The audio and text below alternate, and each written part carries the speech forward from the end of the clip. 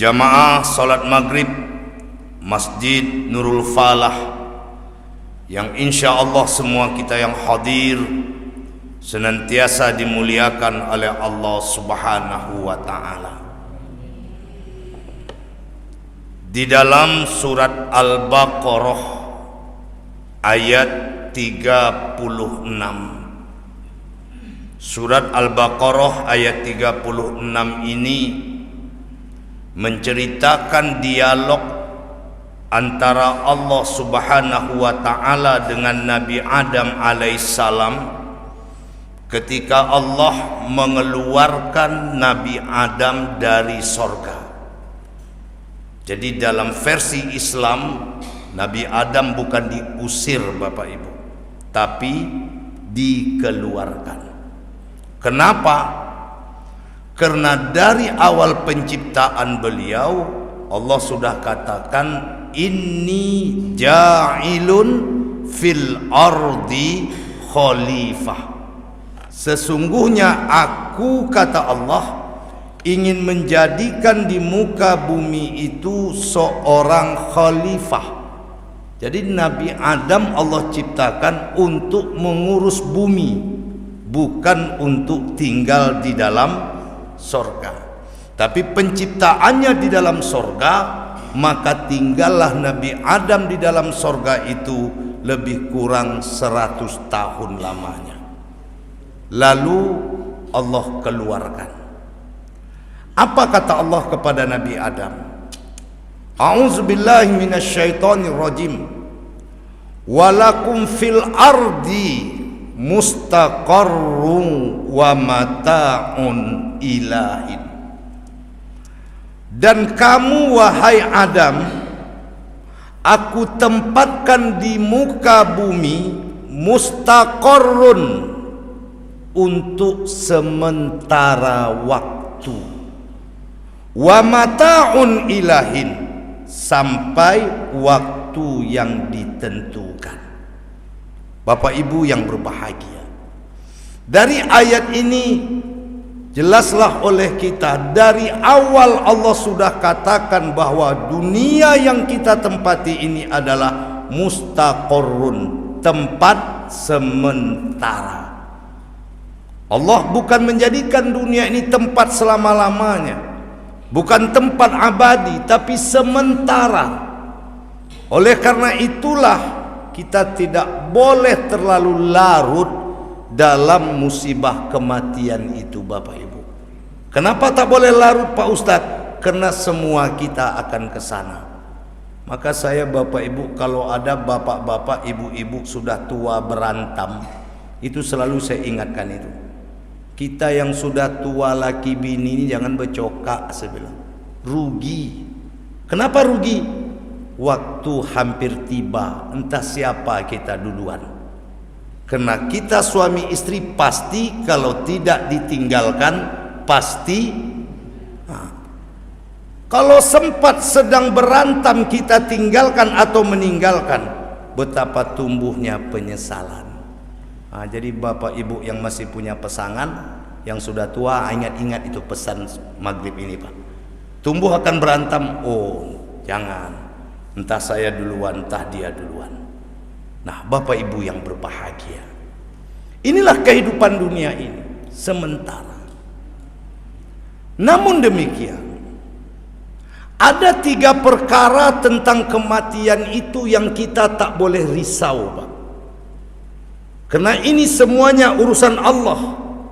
Tapi ada 1 perkara yang harus kita risaukan, karena ini urusan kita. Jadi 3 ini kerjanya Allah, tapi 1 usaha kita. Apa yang 3 tak boleh kita risaukan itu?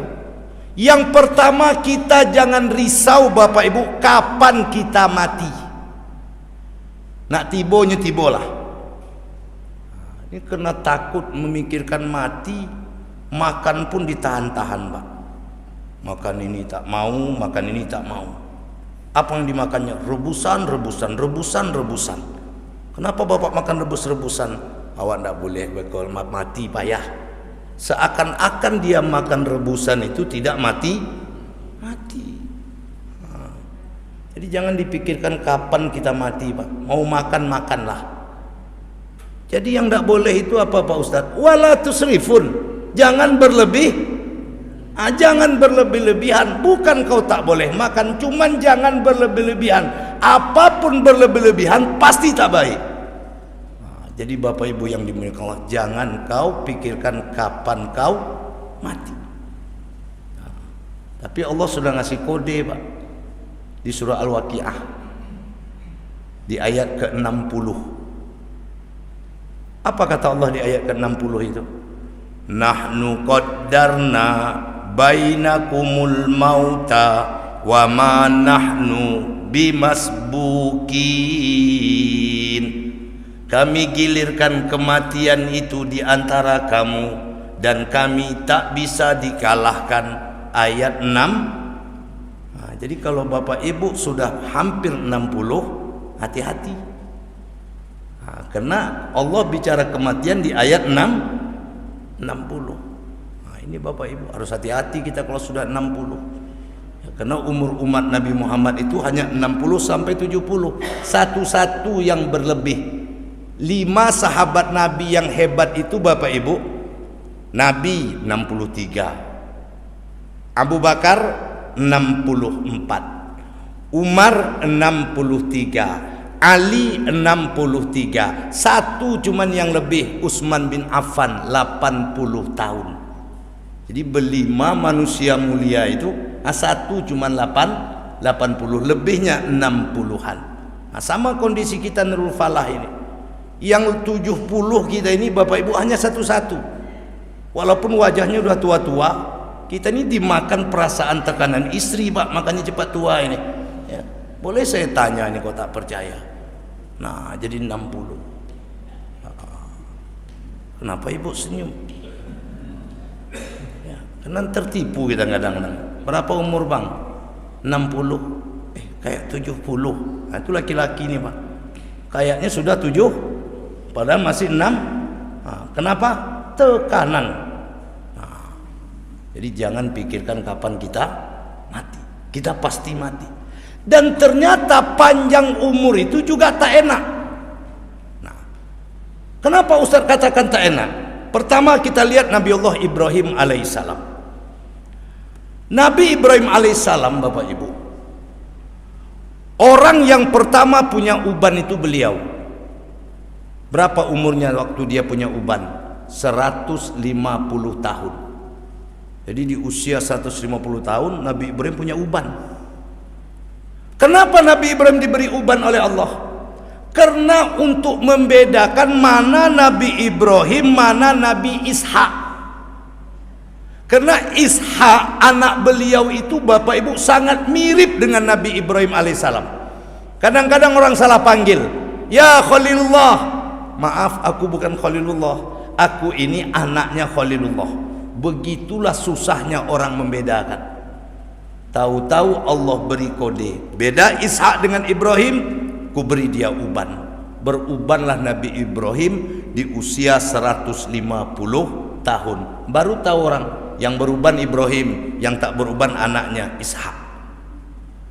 Lalu suatu ketika Nabi Ibrahim alaihissalam kedatangan tamu yang sangat tua, Pak. Di rumah Nabi Ibrahim sudah ada tamu-tamu yang lain. Karena kelebihan Nabi Ibrahim salah satunya senang menerima tamu. Sampai kepada kita umat Rasulullah SAW pun disuruh senang menerima tamu. Man kana yu'minu billah wal yaumil akhir falyukrim dhaifah. Barang siapa yang betul-betul beriman kepada Allah, beriman kepada hari akhirat, muliakanlah tamu. Dong atuh, Bu. Kadang ibu juga, Pak. Tibo kawan mak, kawan abang aja tibo lah, ya Allah. Kadang tak keluarnya dari kamar. Hei, kawan awak datang na buek lah bang. Sebalah menyuju tibo muak lah nengoknya. Ada bentuk itu, Pak. Nah, hati-hati. Muliakan tamu. Nah, Nabi Ibrahim suguhkan makanan. Begitu Nabi Ibrahim suguhkan makanan, orang makan. Bapak tua ini kan malaikat, Pak, tak mungkin makan. Setiap akan masuk ke mulutnya terjatuh.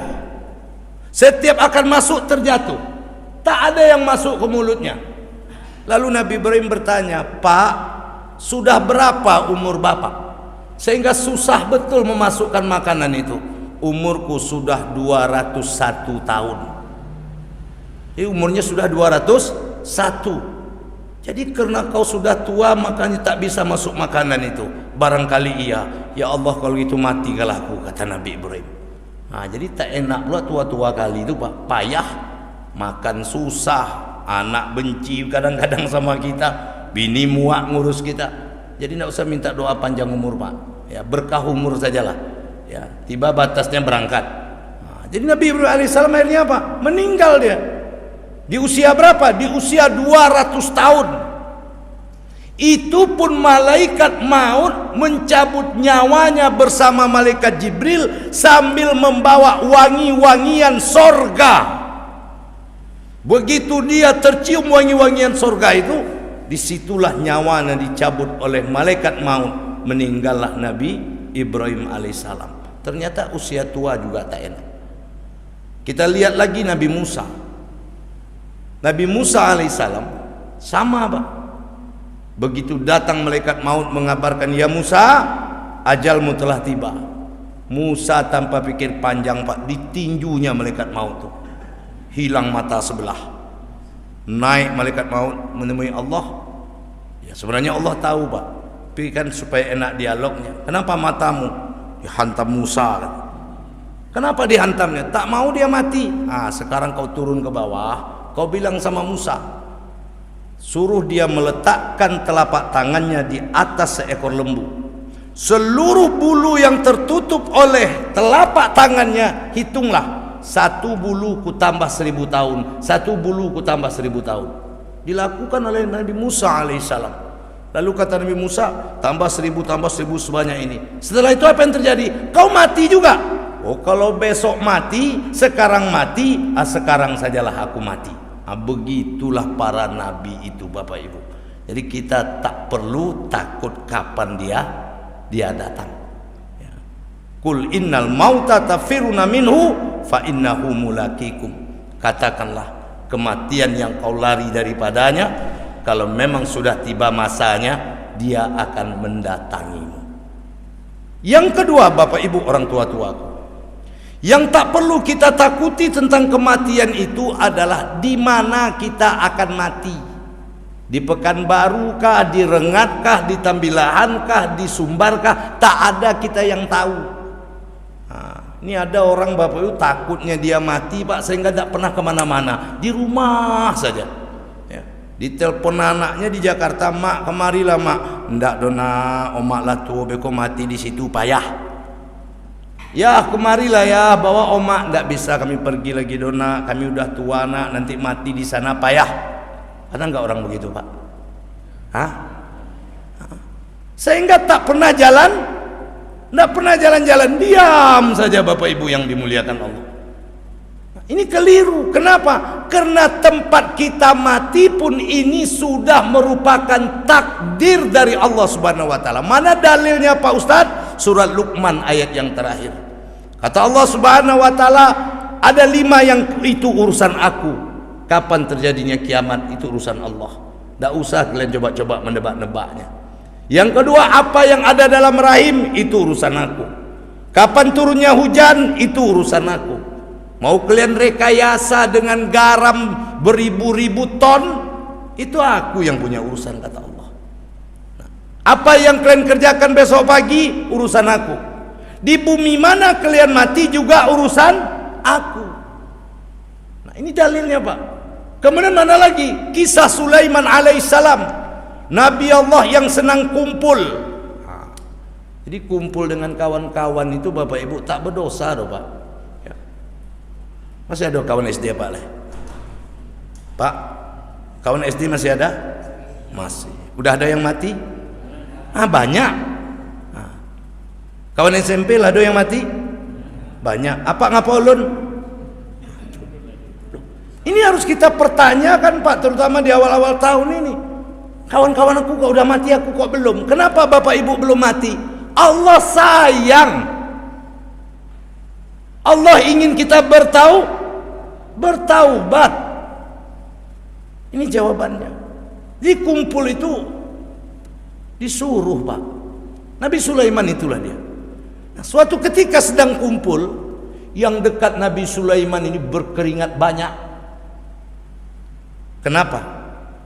Karena di pintu ada yang menatapnya dengan tatapan tajam. Ya Nabi Allah Sulaiman alaihissalam, ada apa? Siapa itu?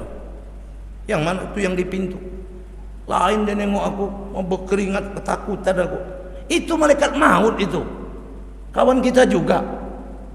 Pantas dia menengok mengerikan. Tolong ya Nabi Sulaiman, antar aku ke negeri yang jauh. Salah satu mukjizat Nabi Sulaiman itu, Bapak Ibu, kan bisa mengatur angin. Maka diperintahkannya lah angin membawanya ke negeri yang jauh. Ya, para ulama dia mengatakan di India. Setelah pergi ditanya, malaikat maut, kenapa kau tatap dia begitu mengerikan sampai dia takut? Cobalah kau pikir wahai Sulaiman, SK kematiannya sudah tiba. Malaikat maut itu hanya mencabut nyawa, Pak. SK kematian tetap mutlak milik Allah. Nih sudah tiba SK kematiannya.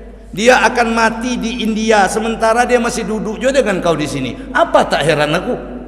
Makanya aku tengok dia, kok bisa anak di sini juga? Padahal udah harus mati di sana. Kata Nabi Sulaiman alaihissalam, dia udah ku antar ke sana. Benar, udah mati dia di sana. Nah, coba bayangkan Bapak Ibu, masih duduk dekat Nabi Sulaiman, ternyata yang memintanya negeri yang jauh. Jadi jangan berpikir di mana kita akan, sehingga membuat Bapak takut jalan-jalan. Nah, ini dua pelajarannya, Pak. Jadi mau makan, makanlah. Nak berjalan, jangan kau makanlah tersiksa, berjalan tak ponah. Yang mati itu dia tidak boleh.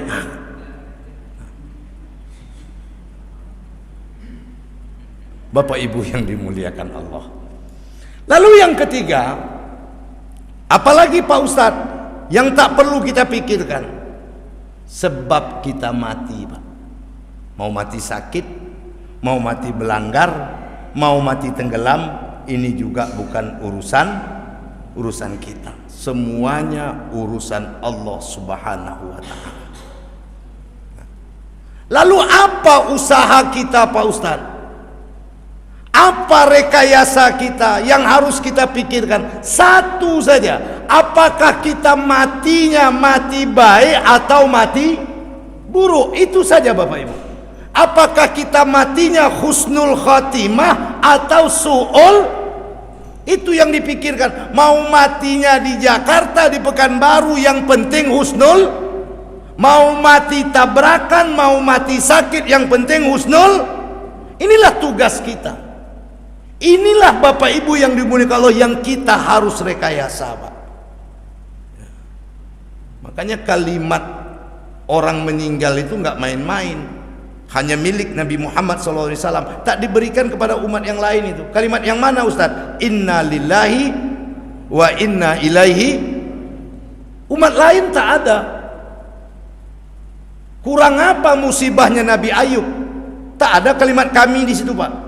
Nabi Ayub cuma bilang, Rabbi masaniyad dur, Rob aku sakit. Kurang apa musibah Nabi Yakub? Anaknya dibawa oleh abang-abangnya, dimasukkan ke sumur, Yusuf alaihissalam. Apa kata Nabi Yakub? Ya Allah, aku ditimpa musibah. Aku menangis. Nabi Yakub bertahun-tahun sampai buta matanya. Tapi umat Rasulullah SAW tidak ada aku di situ. Yang ada adalah kami. Inna lillahi wa inna. Apa arti inna lillahi itu? Kita, kami. Jadi musibah ditimpakan kepada umat sallallahu alaihi wasallam ini adalah bersama-sama. Makanya disebut dengan takziyah. Nah, Bapak Ibu yang dimuliakan Allah. Jadi itu yang harus kita pikirkan. Apakah saya mati baik atau mati buruk? Kalau mati buruk, menderitalah kita, Pak. Dikubur menderita, di akhirat menderita. Apa kata Allah di Al-An'am 63 itu?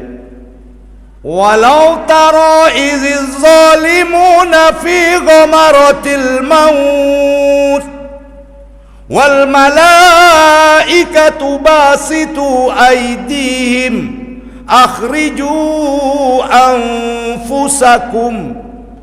Kalaulah kalian lihat orang-orang yang zalim berada dalam sakaratul maut, itu adalah puncak sakit. Saking sakitnya tak ada orang sakaratul maut yang bisa berbicara, Pak. Tak ada. Kalau di sinetron ya, Pak. Papa pergi selama-lamanya, jaga mama kalian. Itu yo sinetron. Ya. Tapi di alam nyata tidak ada. Jangankan kita, Fir'aun, manusia yang mengaku dirinya sebagai Tuhan, saking sakitnya sakaratul maut, dia langsung mengatakan apa? Aku beriman kepada Tuhannya Musa, yang selama ini tak mau mengakui, Pak. Saking sakitnya, dan dia tahu kemana akan perginya, langsung dia mengatakan aku beriman kepada Musa. Jadi sakit mati itu, Pak Ustaz. Sakit. Itu makanya orang mau mati itu, Pak, tak bisa berbicara. Saking sakitnya, akalnya pun tak bisa memberi respon kepada panca inderanya. Gak main-main. Nah, kata Allah Subhanahu wa taala, orang-orang yang zalim, apa arti zalim, Pak? Tidak meletakkan sesuatu pada tempatnya. Nah, lawan zalim kan adil. Adil meletakkan sesuatu pada tempatnya. Berarti zalim tidak meletakkan sesuatu pada tempatnya. Waktu ibadah dibantainya kojo, waktu krojo dibantainya ibadah. Ada tidak, Pak? Nah, ini pegawai negeri kerja dari jam 7.30 sampai jam 12.30 istirahat, nanti masuk jam 1 sampai jam 4, kan itu tuh. Nah, ini antara jam 7 sampai jam 12 itu dibantainya sholat duha 12 rakaat. Pergi dia ke musola, Pak, sholat duha dia 12 rakaat. Padahal itu jam kantor dia. Betul atau salah tuh? Joleh salah tuh, Pak. Walaupun kau mau sholat duha, tapi itu waktu kau bekerja, bukan jadi kalau mau sholat duha, 2 rakaat saja sudahlah. Jangan mula-mula berzikir-zikir lu di pagi, itu waktu krojo kau. Kalau nak joko gitu berhenti kau jadi pegawai. Itu baru mantap, Pak. Kau ndak waktu ibadah dibaiknya waktu krojo dibaik waktu ibadah. Tahu-tahu timbul penyakit. Bertanya dengan Tuhan, ya Allah, apakah dosaku? La ilaha illallah. Dosa kau tak adil dalam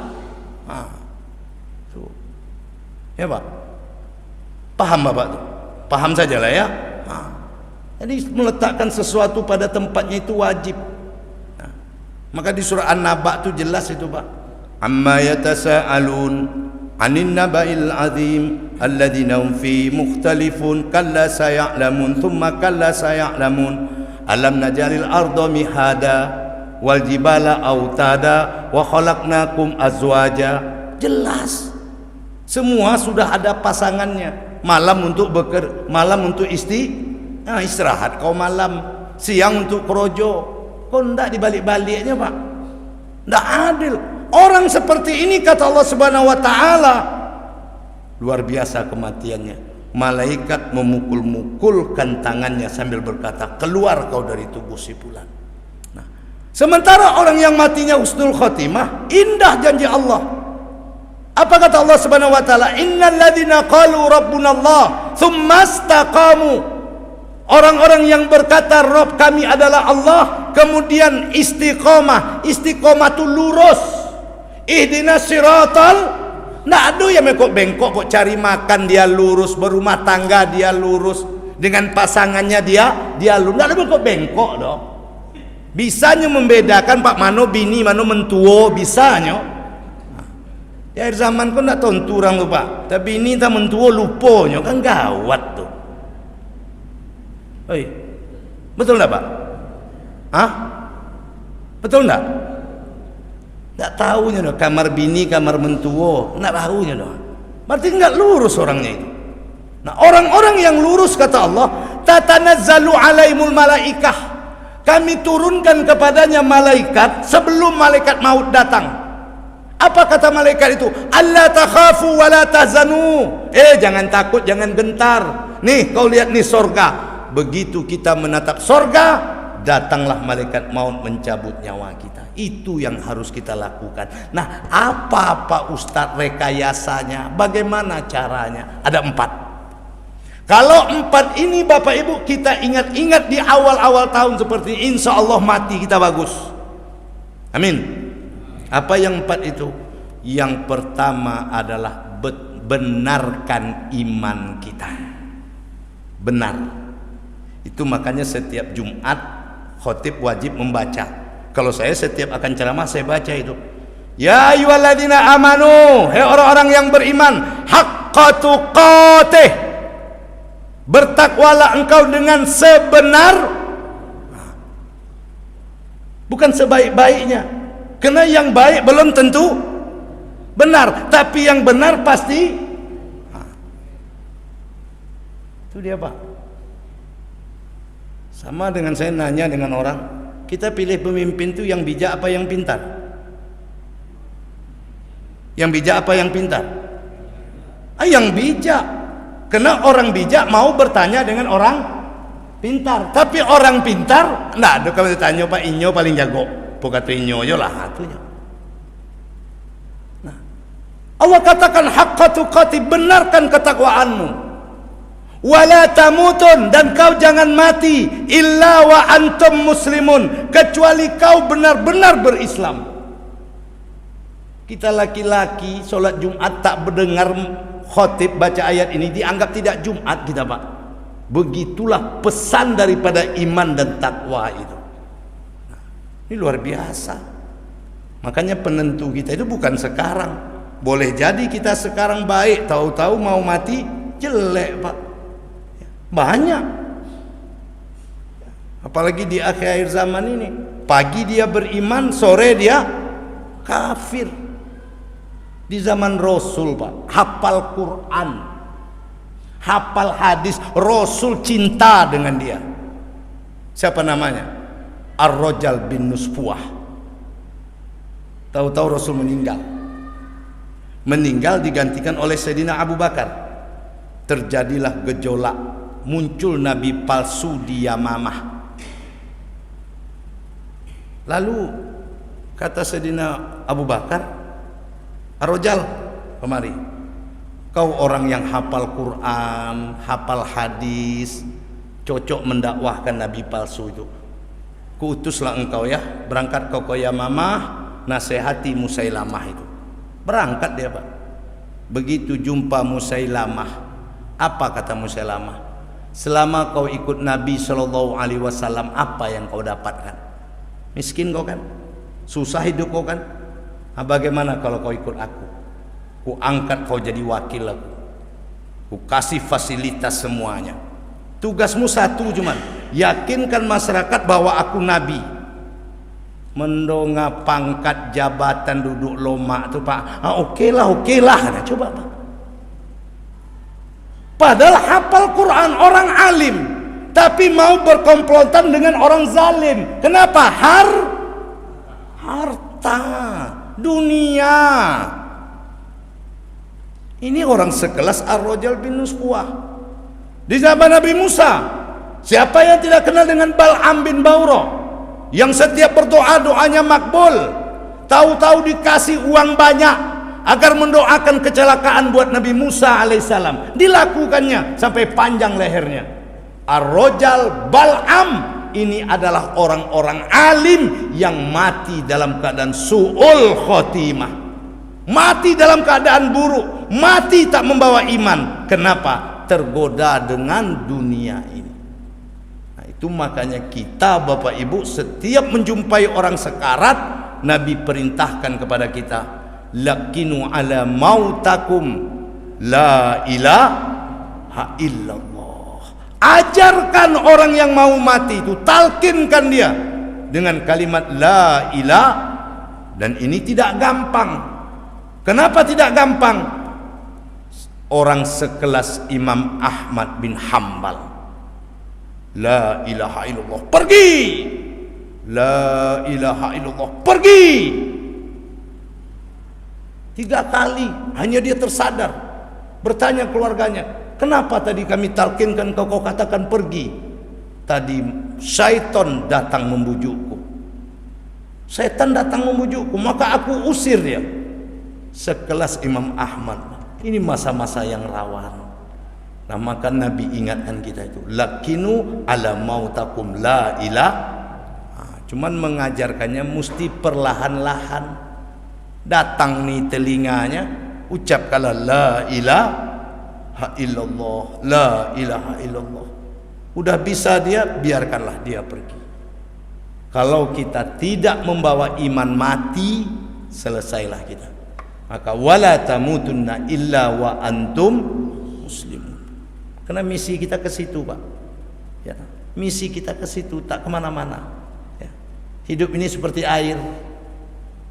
Air terus mengalir. Ada air balik, Pak. Kalau ada air balik, itu udah mau kiamat tuh, Pak. Ya.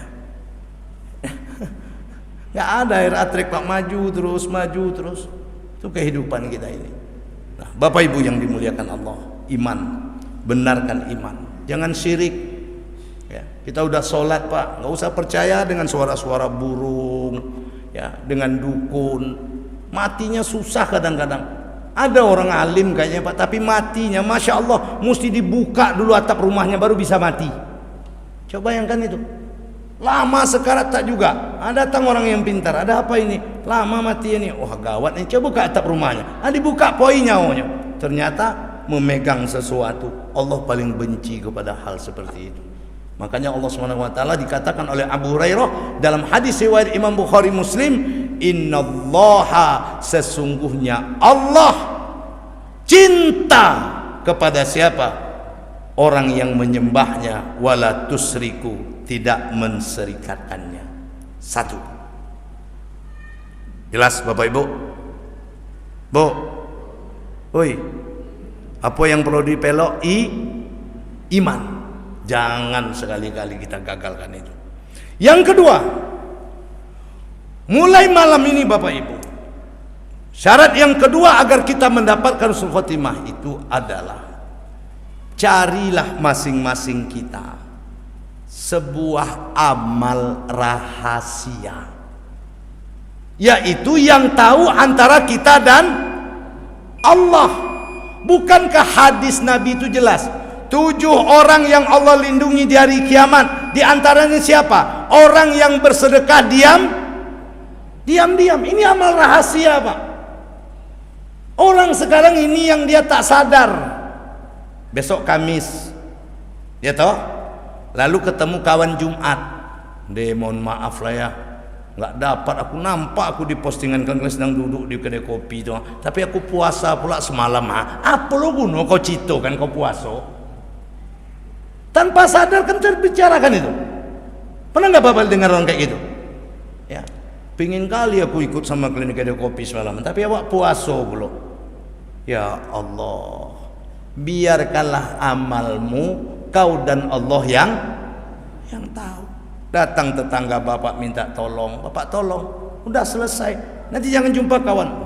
Mak, tahu kau, untunglah, kasihan kita lihat Bapak itu tuh. Yang mana? Yang rumahnya situ tuh. Ngapo dia? Rupa tak ada beras tuh.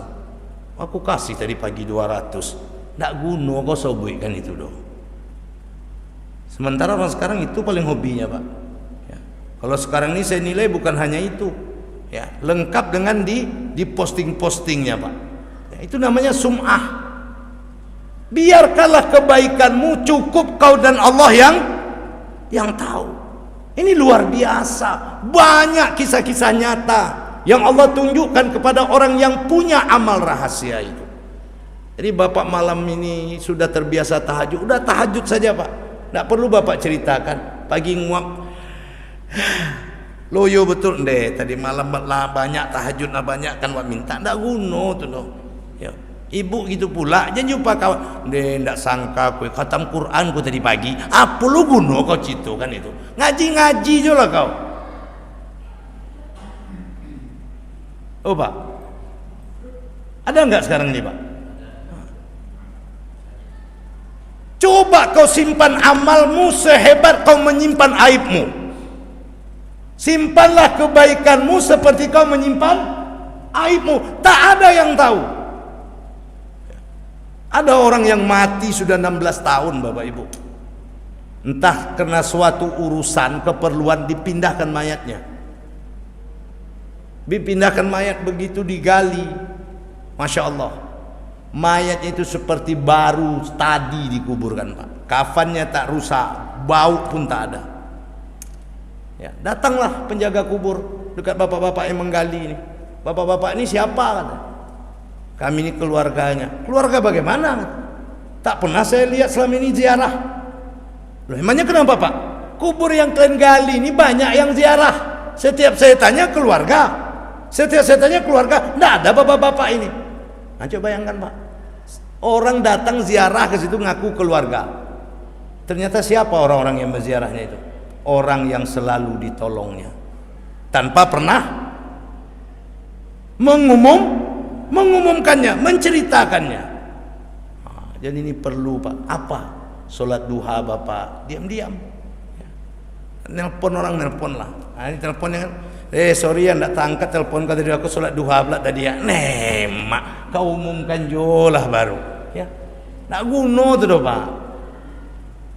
Oh Ibu, joleh tu. Nah, dua. Yang ketiga, mencepat saja, udah bunyi bel kita. Banyak-banyaklah berprasangka baik kepada Allah dan orang lain Pak. Banyak-banyaklah berprasangka baik kepada Allah dan orang lain. Dan yang keempat, ini paling penting, banyak-banyaklah kita beristighfar, terutama membaca Sayyidul Istighfar. Kapan Sayyidul Istighfar itu dibaca Pak Ustaz? Ba'da solat asar dan ba'da solat subuh. Allahumma anta Rabbi, ya Allah engkau adalah Rabbi, la ilaha illa anta, tidak ada ilah kecuali engkau, khalaqtani, aku ini makhlukmu ya Allah, wa ana abduka, aku ini hambamu, wa ana ala ahdika wa wa'dika mastata'tu, hambamu yang dulu pernah berjanji untuk taat kepadamu, wa a'udzubika min syarri ma sana'tu, aku berlindung dari keburukan diriku ya Allah. Abu ulaka bi ni'matika alayya, ini aku datang membawa nikmatmu ya Allah. Wa abu ulaka bi zambik, aku datang membawa dosaku ya Allah. Faghfirli, ampuni aku ya Allah. Fa innahu la yaghfiru dzunuba illa anta, karena tidak ada yang bisa mengampuniku kecuali engkau. Itu namanya Sayyidul Istighfar. Barang siapa yang membacanya dengan penuh keyakinan, ba'da subuh mati ia di siang harinya, ia akan mati dalam keadaan husnul khatimah. Dia baca ba'da asar, mati ia pada malam harinya, dia juga akan mati dalam keadaan husnul khatimah. Cari Pak Sayyidul Istighfar itu. Kalau belum hafal lah, dibaca sajalah pakai handphone. Di handphone ada Sayyidul Istighfar, di Mbah Google itu tak ada yang tak ada Pak. Jadi nanti Bapak buka Mbah Google Sayyidul Istighfar, terbuka itu, bacalah. Habis asar baca, habis subuh baca. Ya, kena janji Nabi. Di antara dua waktu itu kita baca, siang mati husnul khatimah, malam mati juga husnul khatimah. Nah, empat inilah yang harus kita cari Bapak Ibu. Kapan matinya, di mana matinya, sebab matinya itu urusan Allah Ta'ala. Tapi apakah saya mati dalam keadaan iman? Apakah saya punya amal rahasia? Apakah saya sudah bisa membersihkan hati saya dari prasangka-prasangka buruk kepada orang? Dan saya membaca Sayyidul Istighfar. Empat perkara ini insya Allah bisa membawa kita kepada husnul khotimah. Nah, inilah kajian kita di awal tahun 2023 ini. Karena awal tahun itu saatnya kita untuk mengintrospeksi diri kita. Semoga kita yang hadir malam ini dipanggil oleh Allah dengan panggilan yang indah. Ya ayyatuhan nafsul mutmainnah, wahai jiwa-jiwa yang tenang, irji'i ila rabbiki radiyatan mardiyah. Pulanglah engkau, pulang kalimatnya Pak. Pulanglah engkau kepada Rabbmu dengan keridhaannya. Wadkhuli ibadi, yuk gabung kau dengan hamba-hambaku. Kelak wadkhuli jannati, masuklah engkau ke dalam sorgaku. Semoga itu diberikan Allah kepada kita. Demikian, subhanakallahumma rabbana wa bihamdika asyhadu an la ilaha illa anta astaghfiruka wa atubu ilaik. Lebih kurang mohon maaf. Assalamualaikum warahmatullahi wabarakatuh.